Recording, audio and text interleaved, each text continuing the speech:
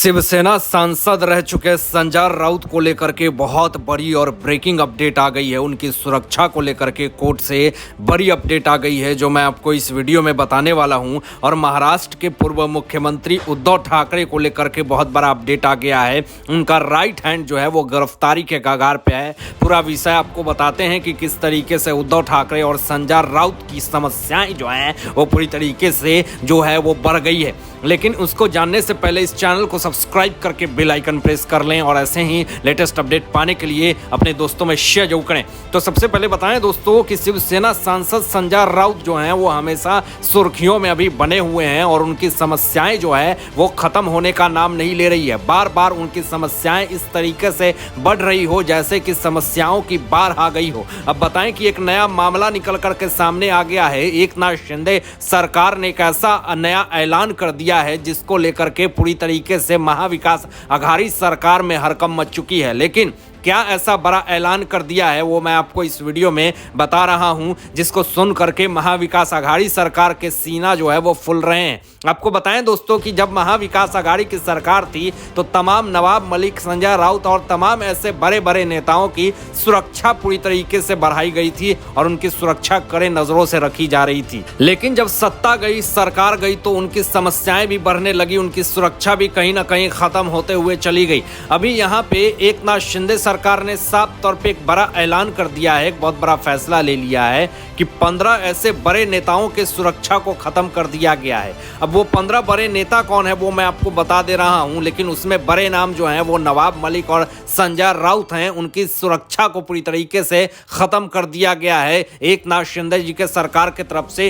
यानी इन सब चीजों से जो बड़ा बखेरा निकल करके सामने आया है, एक तो जो है वो संजय राउत को जमानत नहीं मिल रहा और ऊपर से एकनाथ शिंदे जी का करारा झटका, उनको जेल में ऐसे काल कोठरी में झेलने को पड़ रहा जैसे लग रहा हो कि एक बहुत बड़ा तूफान जो है वो उनके सिर के ऊपर गिर गया हो। लेकिन अब बताएं दोस्तों यहाँ पे कि जो 15 नेताओं को सुरक्षा खत्म करने की जो बात जो आई है एकनाथ शिंदे सरकार की तरफ से, इसमें जो बड़े बड़े नाम है वो मैं आपको बता देता हूँ। वरुण सरदेसाई, छगन भुजबल, बाला साहब थोराट, नितिन राउत, नाना पटोले, जयंत पाटिल जैसे बड़े लोग जो इसमें शामिल हैं, धनंजय मुंडे, भास्कर जाधव, तो ये संजय राउत, नवाब मलिक का भी इसमें बड़ा नाम है और सुनील केदारे और डेलकर परिवार की सुरक्षा को पूरी तरीके से हटा दिया गया है। ये एकनाथ शिंदे सरकार की बहुत बड़ी ऐलान है, बहुत बड़ा जो कड़ा कदम है। इसको लेकर के बहुत बड़ा बखेरा जो है वो महाविकास आघाड़ी सरकार में है जो उड़ रहा है। अब आपको बताएं कि इसमें जो उद्धव ठाकरे और शरद पवार की सुरक्षा को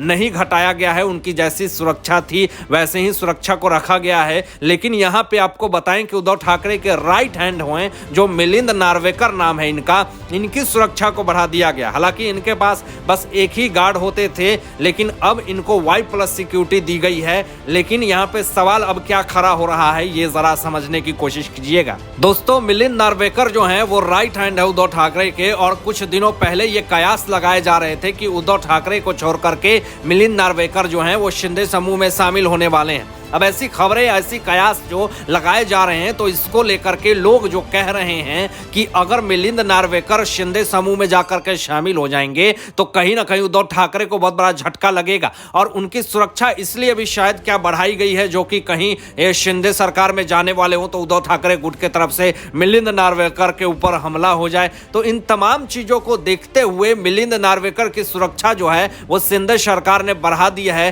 तो इससे कहीं ना कहीं सीना जो है वो फुल रहा है उद्धव ठाकरे का। तो इससे बहुत बड़ा जो बखेरा शुरू हुआ है वो कहीं ना कहीं अपने आप में एक बहुत बड़ा चैलेंज लेकर के आता है कि आने वाला समय जो है वो बहुत बड़ी तूफान को लेकर के आएगा। लेकिन दोस्तों यहाँ पे संजय राउत बार बार कोशिश कर रहे हैं अपनी जमानत को लेकर के, कोर्ट में कभी चक्करे काट रहे हैं, हाई कोर्ट में जो कभी सुप्रीम कोर्ट में। फिर से 2 नवंबर को उनको न्यायिक हिरासत खत्म होने वाली है, फिर से सुनवाई होगी। लेकिन ये बार बार कोशिश तो कर रहे हैं, लेकिन काल कोठरी में बंद होकर के उनकी दिवाली, पूरी दुर्गा पूजा, पूरा दशहरा सब जो है उनकी जेल में ही मन रही है। तो कहीं ना कहीं अब विपक्ष की तरफ से ये कयास लगाए जा रहे हैं कि संजय राउत जो है वो पूरी तरीके से अंधकार का प्रतीक हैं और अंधकार का प्रतीक कभी भी दीपावली में बाहर नहीं आता, वो जेल के सलाखों के पीछे ही रहता है, वो प्रकाशित नहीं हो सकता है। तो ऐसे ऐसे करे करे बयान आ रहे हैं। लेकिन अब बताएं आपको कि संजय राउत के बाद एक बड़ा नेता उद्धव ठाकरे का बहुत बड़ा करीबी जो है वो गिरफ्तारी के कगार पे है। क्या है पूरा मामला, जिसपे किरीट सोमैया जी ने भी बहुत बड़ा ऐलान कर दिया है। किरीट सोमैया जी ने भी बहुत बड़ी बात कह दी है, खुलासा कर दिया है, आपको बताते हैं। लेकिन दोस्तों आपको बताएं कि वो खास नेता जो उद्धव ठाकरे का है, किशोरी पेडनेकर, जो कि मेयर रह चुकी हैं, उनको लेकर के बड़ा अपडेट आ गया है। और ये संजय राउत के बाद शिवसेना की ऐसी नेता हैं किशोरी पेडनेकर, जो कि इनके ऊपर गिरफ्तारी की तलवार लटक रही है। आपको बताएं दोस्तों कि जून में एक FIR दर्ज करी गई थी और इसमें किशोरी पेडनेकर का नाम नहीं लिया गया था, लेकिन इस मामले में जांच के बाद 4 लोगों को गिरफ्तार किया, जिसमें एक मेयर किशोरी पेडनेकर का पड़ोसी और नजदीकी है। अब आपको बताएं दोस्तों कि BMC का इसमें कर्मचारी भी है और स्टेटमेंट में किशोरी पेडनेकर का भी नाम लिया गया है। अब आपको बड़ी अपडेट ये बता दें कि 9 लोगों की शिकायत थी कि SRA का फ्लैट दिलाने के नाम पर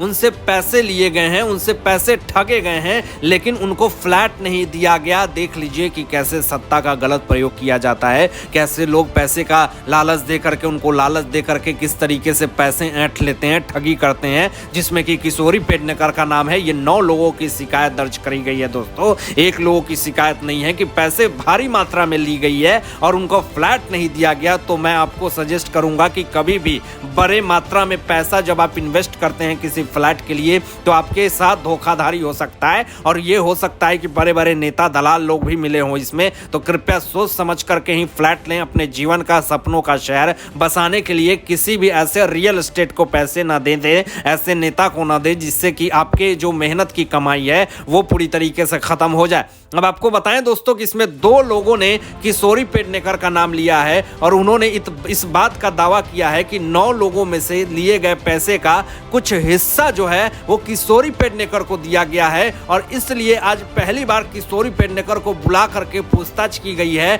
और पूछताछ में वो काफी ज्यादा असहज महसूस कर रही हैं, पूछताछ में काफी ज्यादा असहम गई हैं, डर गई हैं, तकलीफ में हैं, रो रही हैं, उदास हैं। तो इससे कहीं ना कहीं किशोरी पेडनेकर को डर लग रहा कि कहीं मेरी गिरफ्तारी ना हो जाए संजय राउत, नवाब मलिक और अनिल देशमुख की तरह। तो काफी ज्यादा डर रही हैं। तो इसको लेकर के किशोरी पेडनेकर जो हैं वो अपने लीगल एडवाइजर से सलाह ले रही हैं और पुलिस का दावा है कि शिकायतकर्ताओं के आंकड़े और भी हो सकते हैं। तो इसमें कहीं ना कहीं बहुत बड़ा जो मामला है वो किशोरी पेडनेकर को लेकर के सामने आ रहा है कि किशोरी पेडनेकर ने गलत तरीके से मासूम लोगों को झूठ बोल करके इनके गुर्गों ने पैसे फंसाए हैं, पैसे दबोचे हैं और उसके हिस्से जो हैं वो किशोरी पेडनेकर को भी दिए गए हैं। अब इन सब चीजों में कहीं ना कहीं अब उद्धव ठाकरे के ये बहुत ही खास नेता हैं किशोरी पेडनेकर। आरोप देने में पीछे बहुत सारे आरोप लगे हुए हैं। अब किरीट सोमैया जी ने भी दोस्तों क्या इसमें जो बड़ा बात कहा है ये लिखिए, इंक्वायरी अगेंस्ट किशोरी पेडनेकर। किरीट सोमैया जी ने ये बड़ा ऐलान किया है, ट्वीट किया है और ये कहा है कि Dadar police fraud cell of 12 SRA flat sale किया है इन्होंने, किशोरी पेडनेकर ने। तो इन तमाम चीजों पे जो है वो किरीट सोमैया जी ने भी आवाज उठाई है। तो जेल जाना किशोरी पेडनेकर का तय है।